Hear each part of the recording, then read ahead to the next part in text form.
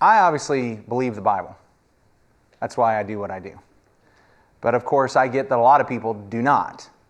And I don't know where you guys are all on that, but if you struggle with believing the Bible, there's part of that I understand, that I get. The Bible really does make some outrageous claims. It makes some really extreme, big claims.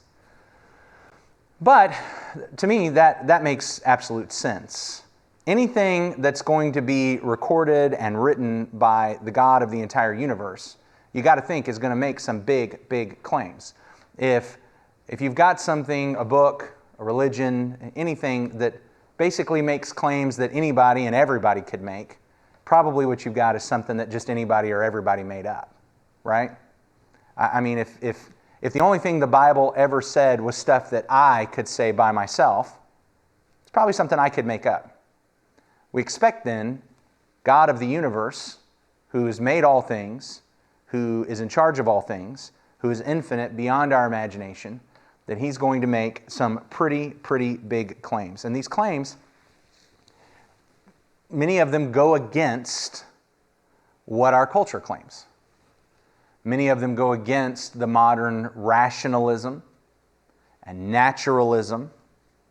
Many of them go against what folks today believe are the enlightened, progressive positions. Now, and I don't know how much of that you guys have already heard in your education, in your school. I promise you, once you start moving into college and you start moving out into the work world, you will start hearing all of these kinds of claims. And so what I'm hoping that we can do today in this lesson and in the lesson that we're going to have in just a few moments is provide us with some groundwork and some framework to take a look at the Scripture and recognize that the Bible really does make sense, and it makes sense of our world as we experience our world. No matter what anybody else says, what we have to do is we have to explain our world as it is, as we experience it. And that's the thing I want to get across in this hour, and then we're going to have another lesson here in about an hour. We have to explain the world as we experience it. That's the only frame of reference that we have. This is the world we live in, and it needs to make sense. And that's what we're trying to do. I mean, there may be at the end that it doesn't make sense, but we're trying to make sense of it. And so, if it's going to make sense, what story actually makes the most sense of it? And so here's where I want to begin this morning. Because a lot of people tell us God doesn't exist. Anybody heard that somebody says God doesn't exist? Yeah, we've heard that, right? Some people say God doesn't exist. And some people look at the Bible and say, well, that story doesn't make any sense. And that story doesn't make sense of the world. What I want to share with you is I think it does. In fact, I think it's the only story that makes sense of the world. And so here's where we want to begin. The first claim that the Bible makes, for our world is, in the beginning, God created the heavens and the earth. That's the very first thing it says. Genesis chapter 1 and verse 1. In the beginning, God created the heavens and the earth. No gap. You're not filling any blanks yet. I'll help you out. We'll get there. In the beginning, God created the heavens and the earth. And then at the end of that chapter, it says that God saw everything that He had made, and behold, it was very good.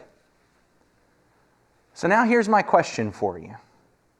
When you look around at the world today, when you turn on the television and you see the news, do you look at a world and say, you know what, this world is just pristine, it is very good, it is wonderful? Or do you sense something's messed up in our world? Which of those two do you sense and feel? The second one? Something's messed up. When we think about the world, there are some hints of some really good stuff. You go on a mountain hike and you see the sun rising above the mist down in the valley. It's beautiful, and we think, wow, this is a good world. There's some goodness here. When we think about how the way the seasons work and the way the days work and how gravity works just right so we stay on the earth and we don't go flying off, and how the earth revolves around the sun and the moon revolves around the earth, and it all happens with such precision as we're hurtling millions of miles an hour through space that when scientists want to, they can launch a rocket off the earth and they can make it land on the moon. That's a pretty amazing thing. So there's a lot of precision going on. When we see that, we think, okay, there are some hints of some real goodness in the world. However, when I turn the news on and I see some of the violence, when we hear about murder, famine, fires out west, hurricanes out east, floods in Texas going on right now.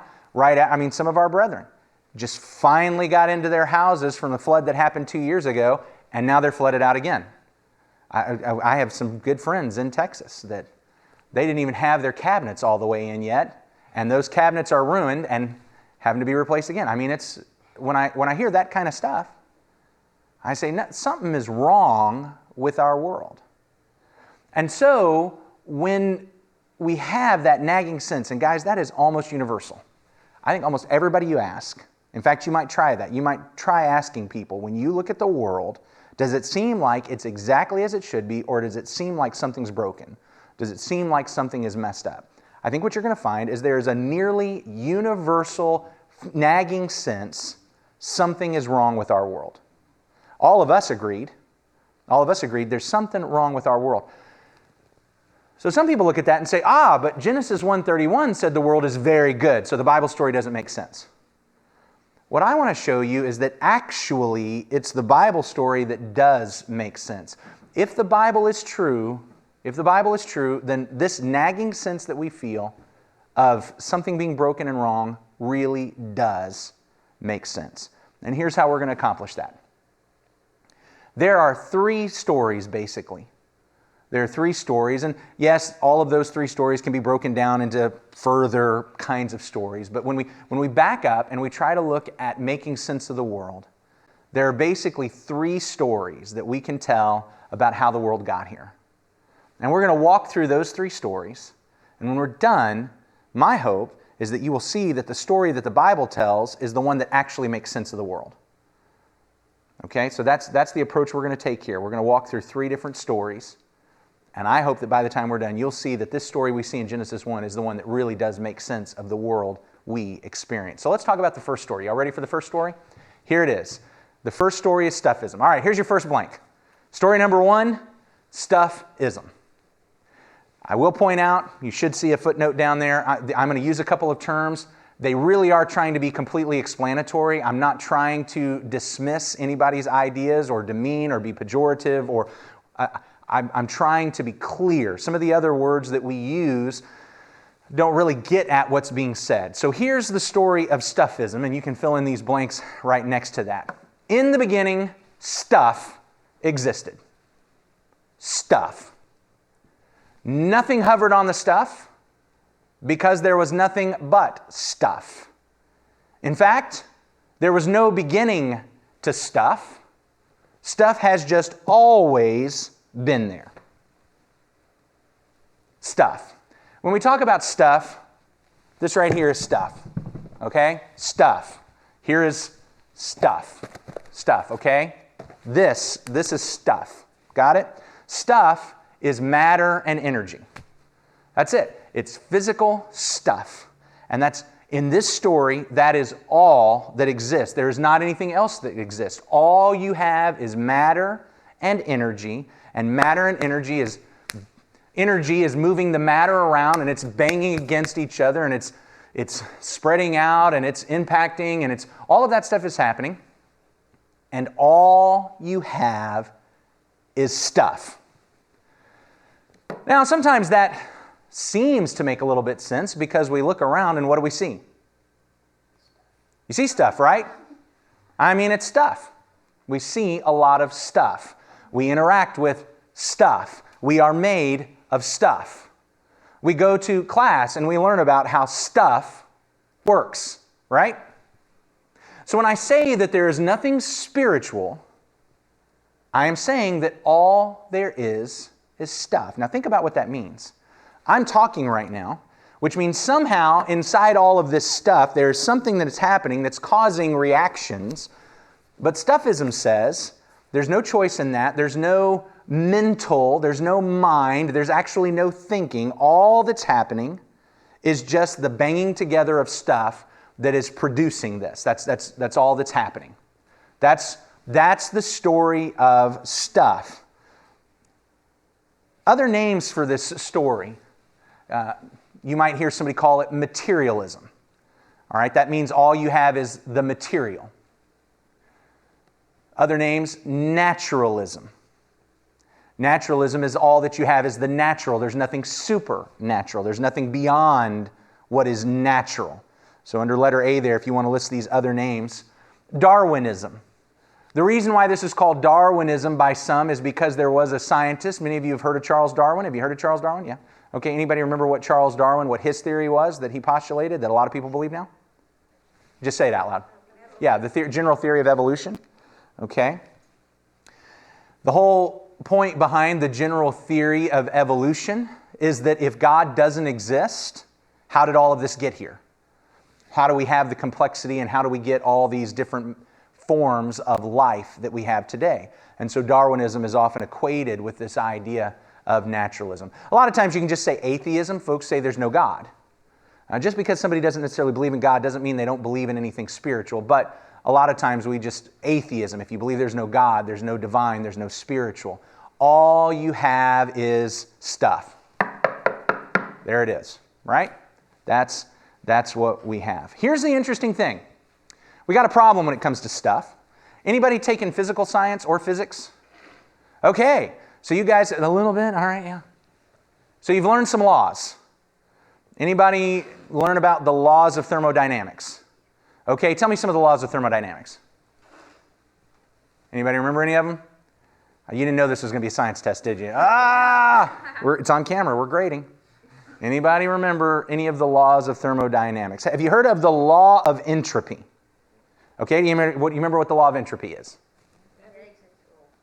What's that? Anything that is will eventually not be. Yeah, it decays. Is that? It goes from complex to simple. So that law gives us a problem with stuffism right off the bat. This is kind of complex. Let me see if I can. Here's the thing.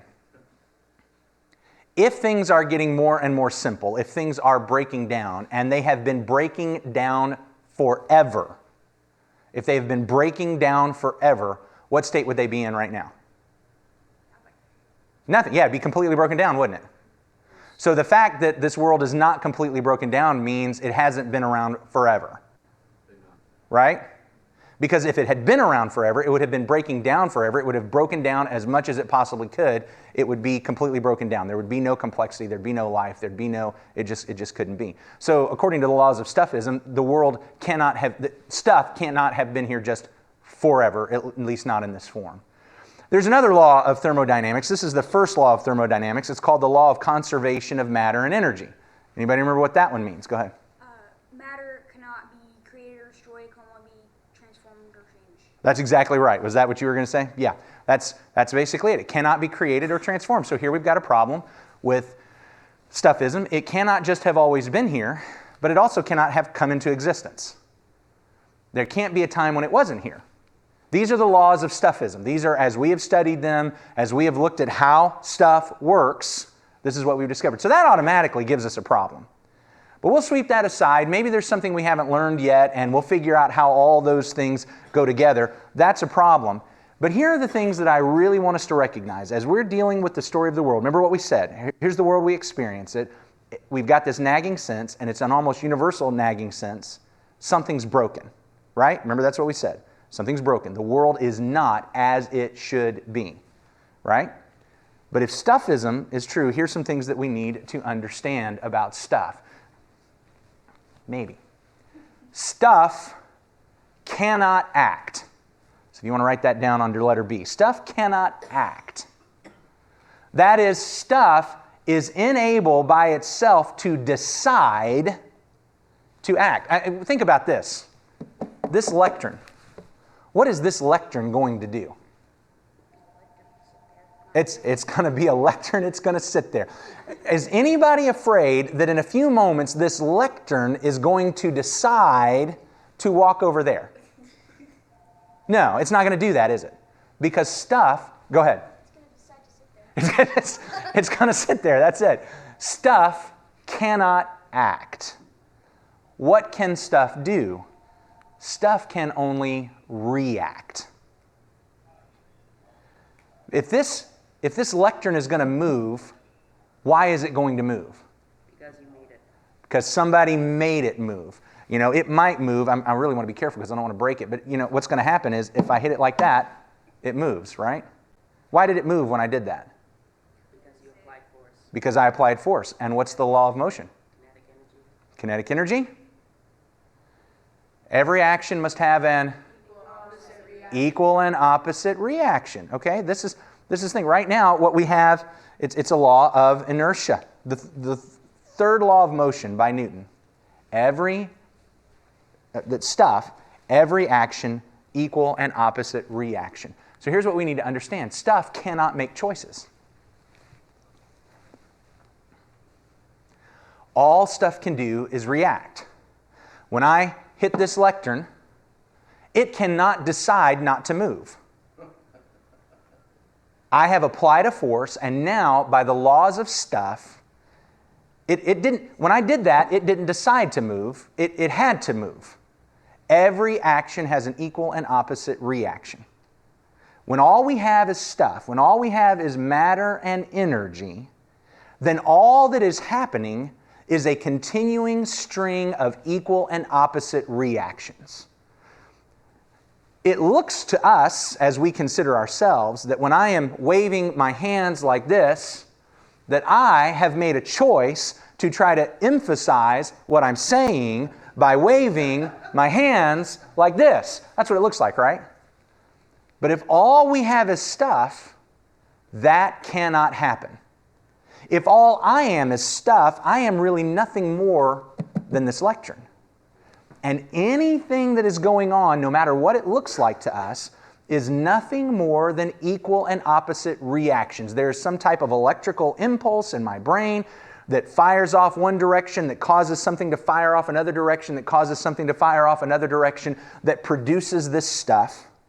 Why it is that it makes any kind of sense to us at all is kind of a shocking thing, but all it is a continuing chain of equal and opposite reactions. If all that exists is stuff, that's the way it is. So we talked about kinetic energy. Newton's first law of motion is inertia. An object at rest will decide to do what? What did you say a minute ago? Yeah, this is at rest, it'll decide to stay there. But it's not actually deciding it, is it? It just can't do anything other than that. But when you apply force to it, it'll have an equal and opposite reaction. It'll move. But of course, everything is dragging on it, and so it'll slow down. Equal and opposite reaction. Are you with me? Here's what the laws of stuff are. Am I making these things up, or have you guys heard these from other people? I'm not making this up. I'm not just trying to prove my point. This is the story that stuffism tells. Now, here's what this means for us. Our reactions may appear to have consciousness. Our reactions may appear to have thought. Some people use the word mind. There may appear to be some kind of spiritual aspect. There may appear to be some kind of mental aspect. But if all we have is stuff, then all we have is equal and opposite reactions. And there can never be actually a first action, because what can stuff not do? Stuff can't choose to act, can it?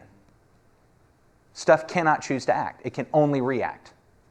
Because that's the law of inertia. The law of inertia is if it's sitting there. All right. So here's the thing that we need to grasp. Oh, I forgot. I had that written up there. See? There it is. I didn't make it up. It's on the PowerPoint. Okay? All right. We are merely a long chain of falling dominoes. Everything in existence is nothing more than a long chain of falling dominoes. You ever set up a row of dominoes and hit the first one? You ever done that? Or have you ever looked on YouTube and seen, I don't know, some of these guys, they just have way more time than I can possibly imagine to set up a domino chain over their entire house. And I have to tell you, the very last thing, if I had finally set up an entire domino chain over my entire house, the very last thing I'd want to do is knock it down. You spend days and days and days getting it set up, and then you do this, and in 30 seconds it's gone. Because it cannot do anything else. There is no domino in the chain that can decide, you know what? I'm not going to fall down. Now, if you ever get to a domino in the chain that didn't fall down, it's because you set the chain up wrong, right? If you set up that line of dominoes, once you hit that first one, as long as it's hitting the next one, what's going to happen to the next one? It's going to fall down. Why? What did we learn? What was this thing? See, it was on the PowerPoint, so we know it's true. The law of inertia, the third law of motion, every action has an equal and opposite reaction. That's what's happening. And that's what this chain of dominoes is. So when I understand that all we are and all that's going on in the world is nothing more than a long chain of falling dominoes, here's what I have to learn. Everything happens exactly the way it's supposed to happen because it cannot happen any other way. Have you guys ever heard of a fellow named Isaac Asimov? Okay, he's an author. He wrote some books back in the 60s and 70s. He wrote a series of books called the Foundation series. Anybody there heard of it? Yeah, you've heard of it? Yeah. You guys haven't heard of the Foundation series? Here's the reason I'm bringing this up. Isaac Asimov is a stuffist. He is a materialist. He is an atheist. Straight up, argumentative, militant atheist that would tell you God does not exist. Oh, yeah. And here's the interesting thing about his Foundation series. His Foundation, and this is why I'm bringing it up. I don't remember everything that's in it. There might be some stuff that I would say, oh, that's kind of bad and I'd hate for us to read it. But the reason why at some point I would recommend reading it is because what you have is a guy who's being completely honest about what materialism means and about what stuffism means. Because what he shows is there's no choice. Things happen the way they're going to happen because they cannot happen any other way. The moment that first domino was flicked, however that happened, he doesn't answer how that happened because nobody can answer how that happened in the stuffist world. But the moment you flick that first domino, everything has to fall. And so he tells a story about some people who figured out how everything is working so they can tell what's going to happen in the future.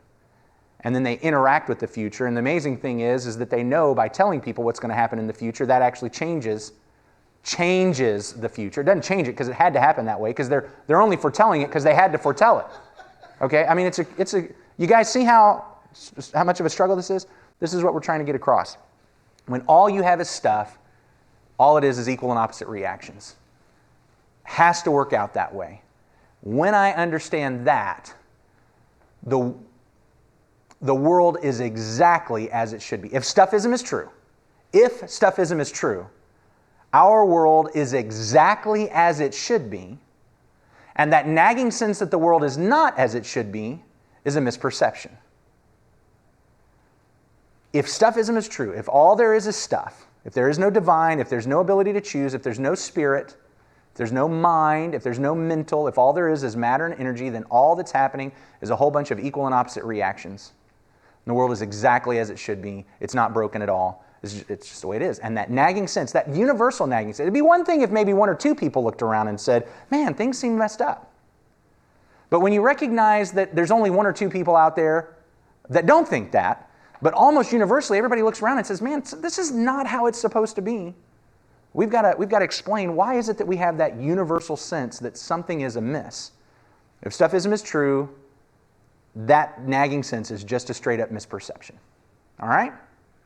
Any questions about that before I move to story number 2? I'm taking a little bit longer than I intended. And I know this is me just talking most of the time. I'm sorry.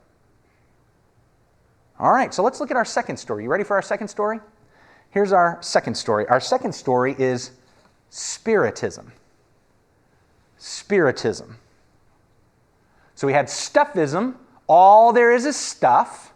So what do you think I'm going to say about Spiritism? If stuffism is all there is stuff, what is Spiritism, you think? All there is spirit. There's no actual stuff. There's just spiritual, mental, divine, whatever kind of word we want to use for that. And here's the story this tells. In the beginning, spirit existed. In fact, spirit is all that existed. Spirit hovered over nothing because there is nothing other than spirit. That's the story of Spiritism. It's the story that spirit exists in perfect, undivided unity and oneness. And everything we see actually makes up that unified oneness that is spirit. That's the story of Spiritism. Some other names for Spiritism. Monism, that's kind of a technical term. Monism, which comes from the idea of mono or one, because all you have is the one spirit. Pantheism. Pantheism is the idea that everything actually is God. pan from all, theism from theos, God.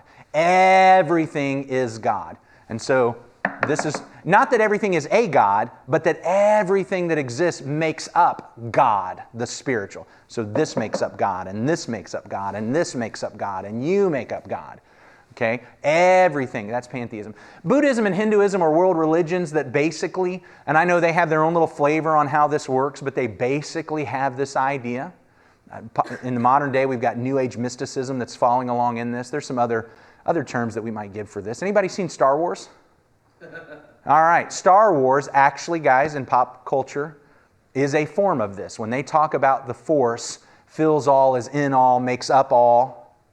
I'm not saying we can't watch Star Wars. It's one of the greatest movies ever, but just be aware it's complete false doctrine. I mean, it's fantasy. It's not true. But it is an expression of this idea that everything that exists makes up this unified, mystical, spiritual energy. Which is why, by the way, in episode 1, when they brought up the midichlorians, that was just a complete bomb. It was a complete fail, okay? So just, in the Phantom Menace, and they talk about that, just forget that part, all right? Just forget that part. Midichlorians don't exist. Anyway, in our world or theirs, that's just a big mess up. Okay, this is the thing that I want us to recognize. Here is the key to Spiritism. This is the thing that we have to grasp. The key to Spiritism is oneness.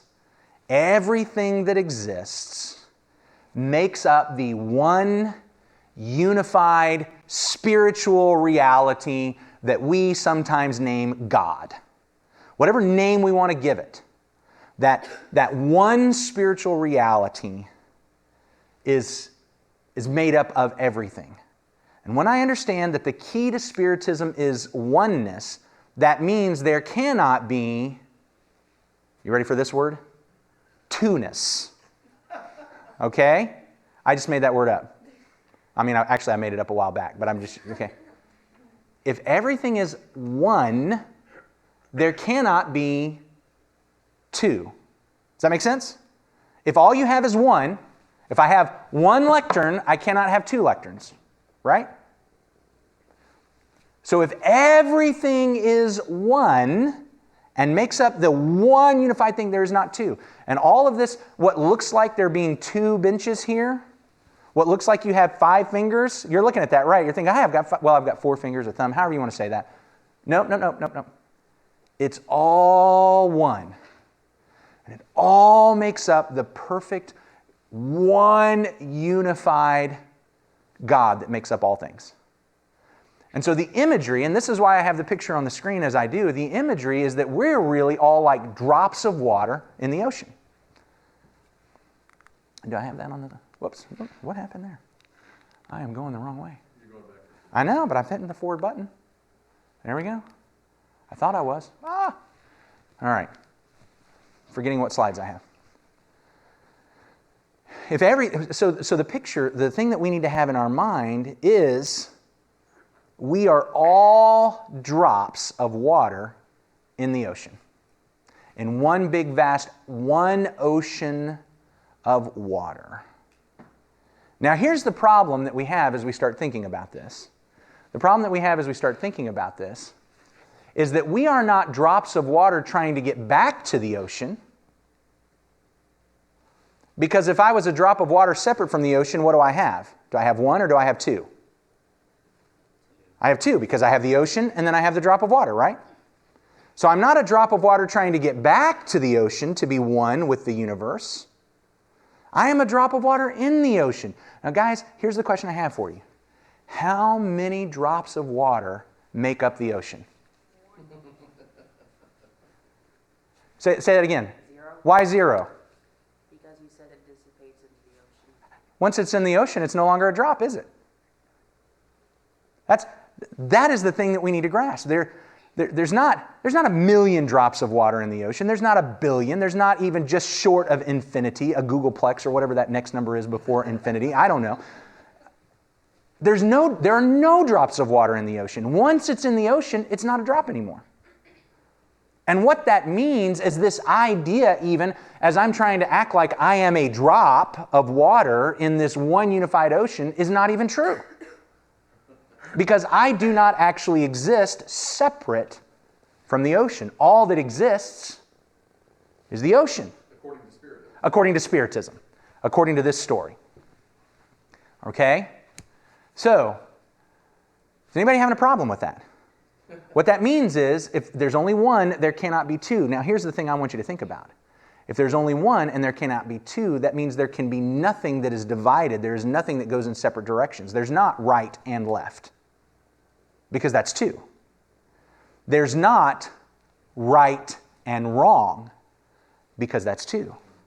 There's not good and bad, because that's two. All there is what is. And it just is what it is. Sometimes you don't know what it is till you see what it is. It just is what it is. And what we find out in Spiritism, in Stuffism, remember, we're one long giant chain of falling dominoes. In Spiritism, actually, we are all just one big giant domino that just exists. It just exists as it exists. Okay? And here's what that means. Here's what that means. In Stuffism, remember, we said that this nagging sense that everything is wrong is misperception. In Spiritism, the world is exactly as it should be, because it cannot be any other way. It just is what it is. And that nagging sense that the world is not as it should be is an illusion. Is an illusion. I'm just going to point out, because this is becoming a really big thing, I don't have a problem with true biblical meditation. If you want to biblically meditate, that means focusing your mind on God and God's things. That's wonderful. I also honestly don't have a problem with the idea of the meditation of just, hey, I'm going to empty my mind and just relax. I don't have a problem with that.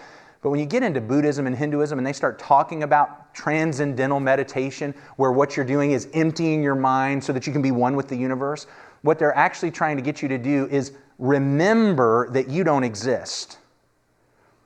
That you are just part of this universal oneness. And so this illusion that you actually are thinking thoughts, individual thoughts that come from you, that's why there's this empty your mind of all things, because once you do that, it's like you cease to exist. Except for you don't cease to exist because honestly you didn't actually exist. That's Spiritism. And the idea that I exist separate from you is actually an illusion. It's an illusion on my part, because all there is the spiritual. This is the thing that we need to get across. And I'm not trying to be funny. I know as we hear this, it's really hard for us to grasp. Here's one of the things I know about almost everybody who is a spiritist. When somebody steals their car, breaks into their house, hurts their family, they want the judge not to be a spiritist. And I'll tell you why. Because if the judge and the jury are spiritists, they believe there is no good and bad. And so breaking into your house, stealing your car, hurting your family is not bad. It just is what it is. And what we need to do is just become one with the universe and just accept it. And not a single one of us want that. Somebody steals my car, I want a judge who's going to say, no, that was wrong and it needs to be given back. Isn't that what we all want? So here's the thing. Our two stories that we've learned so far, Stuffism says that all there is stuff. All there is stuff. If all there is stuff, then the world is exactly as it should be, and this nagging sense that something is broken and something is wrong with the world is a misperception. If Spiritism is the right story, it says all there is spirit. That is, all there is the one universal one. There's not two. And so that idea that things are not as they should be is an illusion, because should implies right and wrong, and you can't have that. You can't have that. So the third story, and this is the story that the Bible tells us, creationism. Creationism is the story that the Bible tells us. Stuff is the story that all that exists is stuff. Spiritism is the story that all that exists is spirit. Creationism is the story that says God created the heavens and the earth. And in that statement, God created the heavens and the earth. What we see is God, who is spirit, and stuff that gets created. All right, so letter A, Stuffism is the story is that all that exists is stuff. Spiritism is the story that all that exists is spirit. Creationism is the story that both stuff and spirit exist. Our story is that in the beginning there was spirit, which brought stuff into existence. Do you grasp the difference? Stuffism says all there is stuff. Spiritism says all there is spirit. Creationism says there is spirit that brought stuff into existence. When I understand that there is spirit that brought stuff into existence, what I understand is that spirit is not limited by the laws of stuff. Stuff has laws. We talked about those laws, right? Equal and opposite reaction, an object at rest remains at rest, an object at motion remains in motion unless acted on by another force, all of those things. Equal and opposite reaction. Stuff has those laws, but spirit, having created stuff, actually even created those laws and is not bound by those laws. So we don't apply the laws of the stuff that spirit created to the spirit who created it. Just like a programmer sets up a computer program is outside of the laws of that computer program. Characters in that guy's game don't get to look back at the guy who developed it and said, you have to act just like we act. Because that's not the way it works. That's not the way it works. Here's what we find very interesting. In the biblical account, we find varying degrees of interaction between spirit and stuff. Here's what I'd like to share with you, all right? Here's the list under letter B there on the second page of our outline. In the biblical account, we see varying interactions between spirit and stuff in God's creative process. First of all, we see the divine spirit. And there's absolutely no way for me to actually represent God, obviously, so I'm just kind of trying to show that God is light. God is light, and that's the best I can do. That's obviously not a picture of God. But there's the divine spirit. Uncreated, no beginning, no end, not bound by the laws of creation or the creative process. There's divine spirit.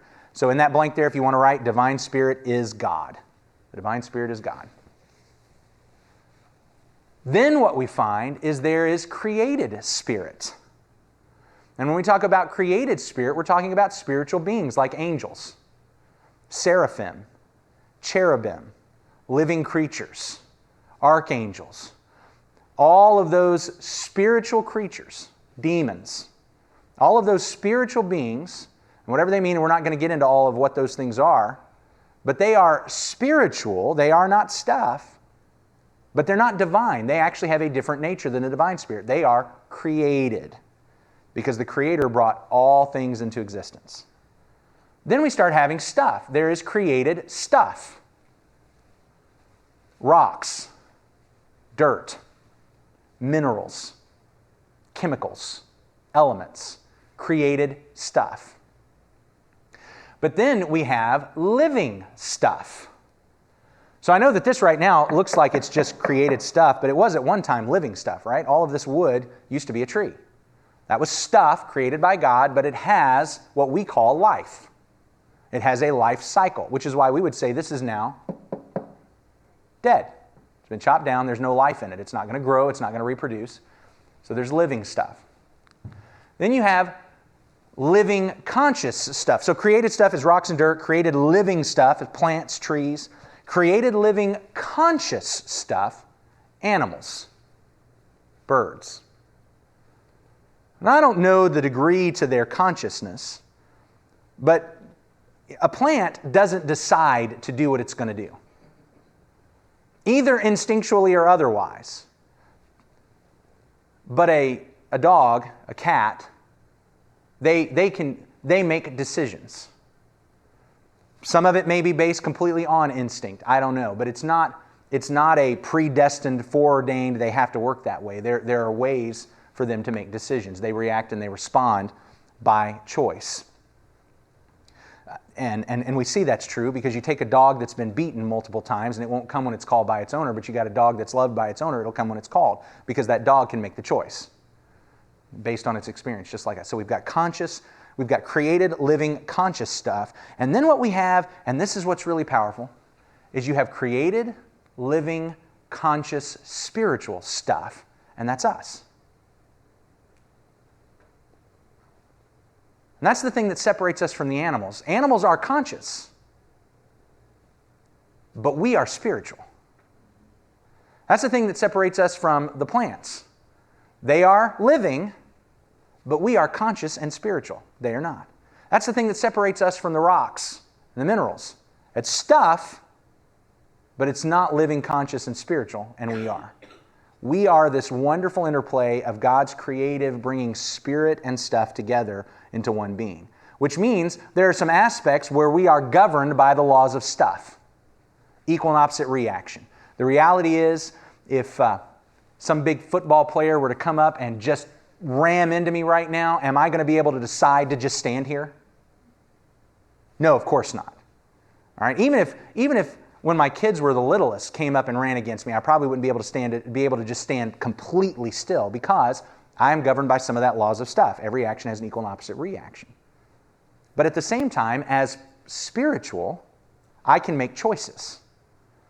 And I am not completely governed by the laws of stuff. For instance, you can punch me in the face, then I'm not going to be able to not decide to do this. That's going to happen. But now I have a choice of whether or not I'm going to punch you in the face. Right? I make that choice. That's not predetermined because of a falling chain of dominoes. Okay? So here's where we are. Here's our problem. This is where we started off. We know that the Bible begins by saying, in the beginning God created the heavens and the earth, and God saw everything He had made, and behold, it was very good. But we say we're looking at a world that is not very good. We're looking at a world that has got a lot of bad in it. It's not a perfect world. It's messed up. People die. And so there's a part of us that wants to say, well, this statement is not true. But let's think about this just a little bit more deeply. Because if God looked at everything and saw that it was good, what does that mean as a possibility for it? Now, Spiritism can't say it's good, remember, because there's only one. It just is what it is. It's not good or bad because that's two. But if God can create something and look at it and say, this is good, what is the possibility for it to become what? It can become bad. The moment I can say it is good, that is a statement that says there is a way things should be. Correct? Do y'all see that? The moment God looks at it and says, this is good, He is making a statement that implies it is doing what it should do. The moment you imply that there is a should, there is an opportunity for it to not do what it should do. Do you grasp that? So the Bible story says the world started good, which means at that time the world was doing what it should do.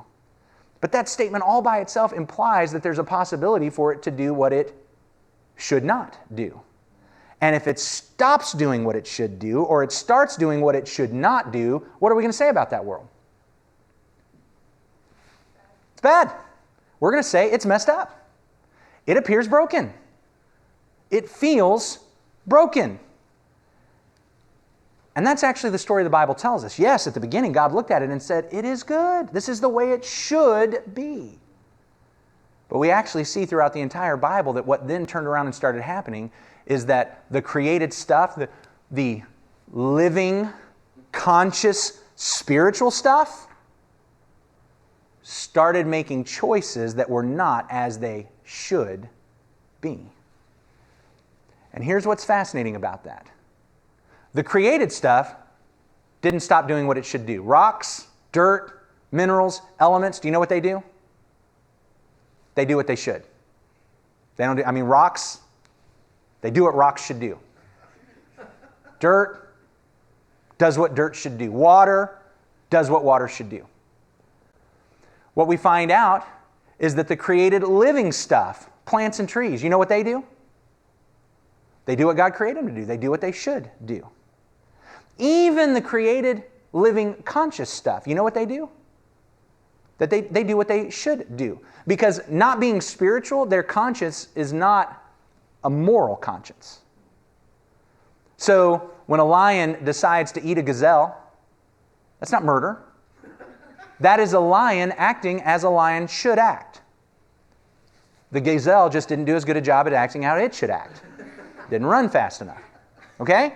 But once we add in that spiritual dynamic that we have, and I think we'll see that about the created spirit as well, there was clearly some spiritual dynamic they had, and so some of them rebelled in some sense. What we find is we have not always done what we should do, and that changed the state of the world. We can look all over the Bible to find this. I'm just going to show you one Bible passage. I'm going a little bit too long here. I'm sorry.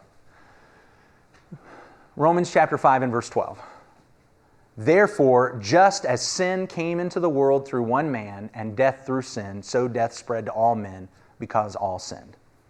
Romans chapter 5 and verse 12. What is he saying? He's saying that Adam and Eve did not act the way they should act. And because they did not act the way they should act, they took the very good world and changed it and turned it into the world that we have now. And because those who followed them continued to act the way they acted, not behaving as they should, we now have a world that is enveloped with sin. And because of that, we have a world that is enveloped with death. And let's face it, almost everything we think about saying that the world is not as it should be, doesn't it involve death? People get sick and die. People commit crimes and kill people and die, and so people die. There's famine, and so people die. Snakes bite me, and I die. Right? Okay, that's what happens. That's the issue. Not all snakes. There are two kinds of snakes in the world, guys. Let's just get this right. Two kinds of snakes. If it rattles, it's a rattlesnake. If not, it's a cobra. Okay? You just need to understand that. Just mark that down for the rest of your life. You just need to know that. Okay, yes, I know that not every snake that bites you will kill you. But I'm not going to test any one of them. I'm not going to get close enough for that to happen. Okay. But seriously, everything that we think about the world being broken that's not working right is because it's connected to death. What I want us to see is God created a world that was very, very good. And He said it was good. And when He said it was good, what that showed is it was doing what it should do, which gives the statement, the logical conclusion, is that it could change. If it's good, it can be bad. So here's what we recognize from that. Remember, stuffism says, all we are a falling chain of dominoes. The world is exactly as it should be. It cannot be any other way because everything is just an equal and opposite reaction to the equal and opposite reaction that came before it, that came before it, that came before it, that came before it, that cannot have a starting place. Spiritism says that all we are is one big giant domino. Everything just is as it is, and that nagging sense that it's messed up is an illusion. So the first one said the nagging sense that it's messed up is a misperception. Stuffism says that. Spiritism says that nagging sense is an illusion. Creationism tells us that that nagging sense is accurate. The world is not as it should be. It is not as it was created to be. It is messed up. This is what I'm trying to get across. If the Bible is true, the world actually makes sense. I'm not misperceiving anything. I'm not facing an illusion. I'm not deluded. I'm not delusional. That universal sense that something is wrong with our world is absolutely accurate and makes sense. The other two stories do not make sense of that. They say we're either misperceiving things or we're deluded. It's an illusion. That's what I hope we get across here. The story that the Bible tells is the one story that makes sense of our world. If the Bible is true, the world makes sense. I don't like it. People don't always make sense. I don't understand why they make the choices they make. But the fact that the world happens like that actually makes sense. And that's the only story that does. Thanks a lot, guys. Any questions before we break here for a few moments? All right. 5-minute break. Seven. So at 11:05, wanna? What's that? You want to start at 11:05?